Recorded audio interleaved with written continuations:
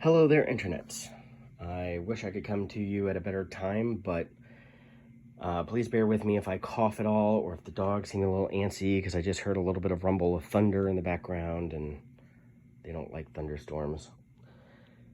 And the little one brought home strep throat last week, so we're all kind of getting over that. So again, if I cough, I apologize. I'm doing this on my phone because every time I've tried to do this video over the last 6 months and edit it and get it uploaded, it's always ended up the epithet of the 2020 struck, which is ... and then things got worse. And I think we're to the point now where it's not the oncoming storm, the storm is here. And as a result, I think things are going to start spiraling faster than a lot of people are prepared to deal with. And I just wanted to have a general chat on, this is actually Friday the 13th now, it's about 1 a.m. and I'm getting ready to go to bed after this. Excuse me, and then this uploads. But today there's a global call for violence and there's a non-zero chance that something's going to happen somewhere. What exactly that's going to be, I don't know, but due to some damn fool thing in the Middle East again.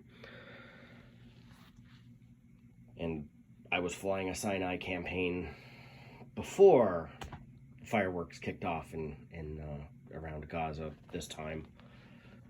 But at any rate, I think that it is time where, and one of the things and one of the reasons why I took on the consulting contract back in 2019 that I did was to better prepare us for what I felt that something was coming. What exactly that was going to be, nobody really knew. And what it was going to look like, well, we know it when we would see it, and we're seeing it. And I think when things spiral, things are going to go down south fast. So I think it behooves you to have, 6 weeks, 8 weeks of food, shelf-stable food, alternate methodologies of being able to prepare that food that doesn't include connection to a utility grid.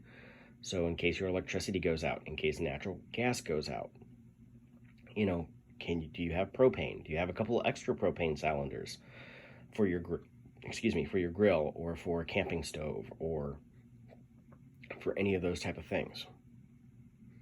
I think it'd probably be a good idea to do that. Have a generator, have a solar generator if you can afford one. I think all of those are probably smart things to have on hand. Because I don't know what's going to happen next. Apparently UFOs are real now. They're aliens in Mexico's. So do you need a P90 because, in case we end up fighting the Goa'uld? Well, I have a PS90, but, at this point, who knows? I've also got a CX-4 Storm carbine in case, the AI gets uppity and we got Cylons. But, topic for another day. On a more serious note, today, have your head on a swivel. I hate that we're to this point, but you can't trust institutions to come save you at this point. You can't trust authority, because half of that authority up until this point has been saying that Hamas and its supporters are not the bad guys. Hate it, but there it is.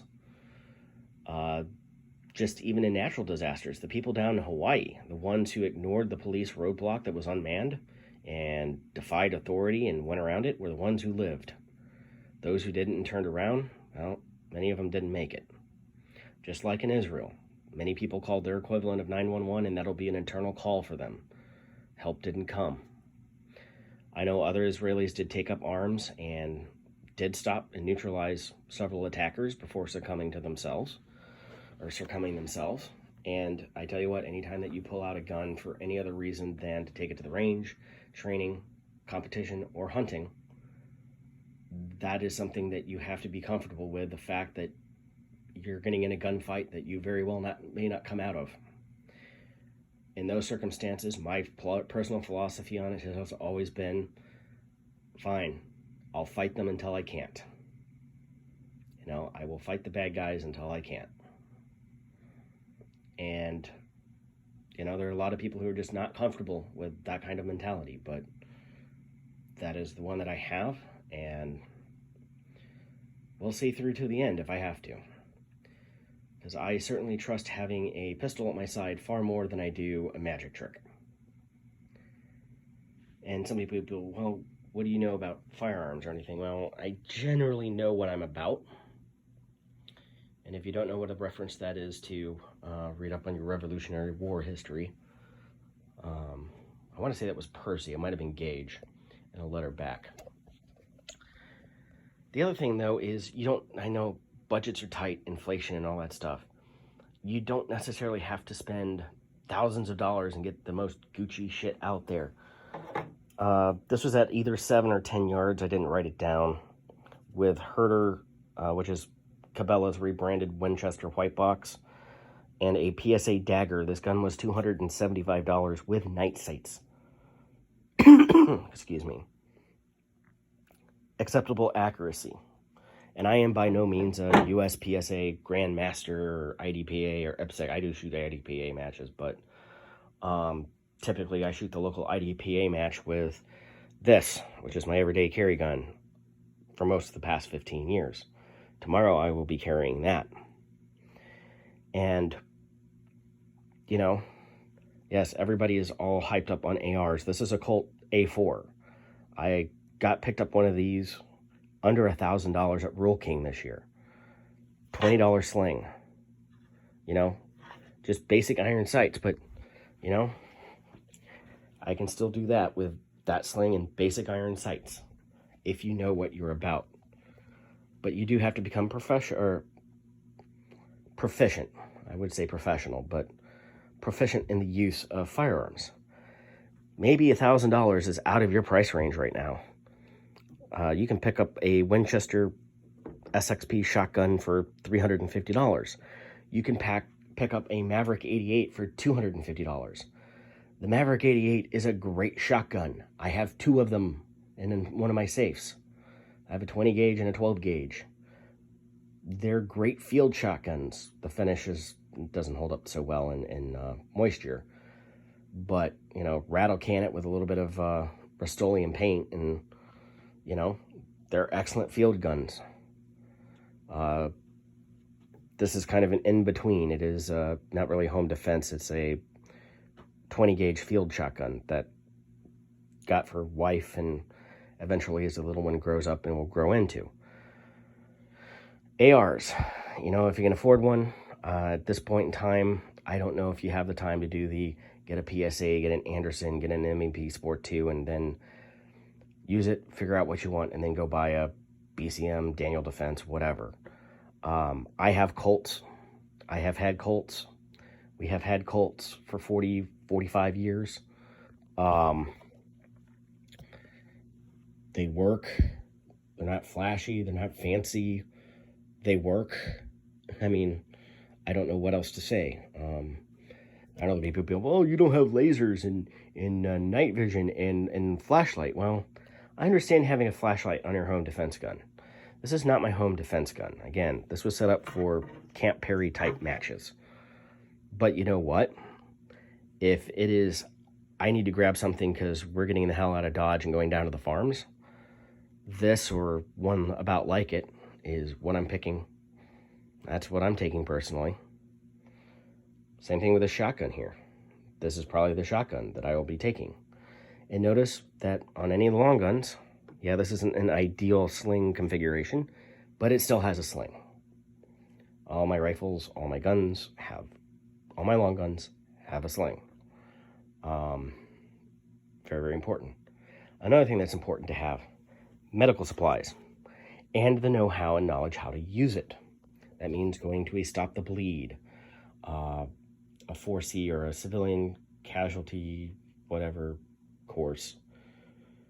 Treat it's TCCC only without the tactical part. Civilian combat, critical care, I think is what the local people who run those call it.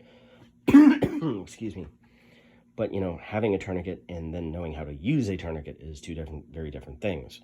Now, when you start talking about nasal incubation and chest decompression needles and things of that nature, that's a little bit above my pay grade. But applying a tourniquet, applying gauze, things of that nature, I'm comfortable with doing.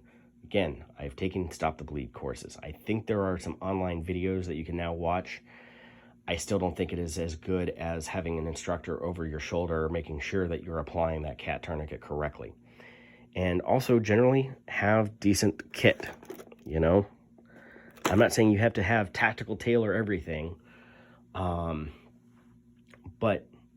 if given the choice between something like Condor, which the range is always really strange. They have HSGI, which is good stuff, and then they have Condor, which I think Condor gets a much worse rap from their reputation 10 years ago. In the past few years, their stuff has gotten a little bit better, but fine surplus LBE in pouches and stuff like that. I know the old ACU pattern, when they were getting rid of that, I could put together an entire rifleman's kit with a vest and pouches for, I think, about 25 bucks. I'm sure it's more than that now. Is it the best stuff? Absolutely not, considering the only thing it's going to camouflage you with is your grandma's paisley couch. But it's just not going to, you know, it'll hold up for a little while, for a couple of 3 days. You know, I don't think that you're going to have to worry about your gear holding up for 6 months in the sandbox. You know, if you are police or military, you have a little bit different considerations. Most of the stuff that I have is Faro Concepts. I do have HSGI belt and tacos. I know that I think the S-Tac stuff is the, I don't know what the cool kids are using these days, to be honest with you. I don't really care. The taco pouches I bought 10 years ago still work. And then Safariland for the holsters. Granted, I have the GLS holsters because they don't make ALS for the P99 anymore, which is a topic for another video. But bottom line is, have something. Have something that you can protect you and yours. You know, if this is all you can afford, go for it. Train with it. Take it to the range. Shoot it. Get to where you can do that or better. That should be the goal. You know, you don't have to have fancy dancy stuff. Basic pump shotgun. It'll work. And they're relatively inexpensive. Shot shells are relatively inexpensive compared to other ammunition types. Yeah, you need to know a little bit about the difference between birdshot, buckshot, and slugs. But Paul Harrell has a whole bunch of videos that can inform you about all of that and more. So I will leave links to a couple of YouTube channels to learn more in depth about some of these things. But, you know, a rifle at your side or a pistol at your side is going to be far more effective against people wishing to do you harm than a magic trick will. So, with that, I'm going to say keep your head on a swivel in the coming days and weeks, because things aren't going to get better anytime soon. Excuse me, unfortunately. So, with that, yes, there will be some DCS content coming in the not too distant future here.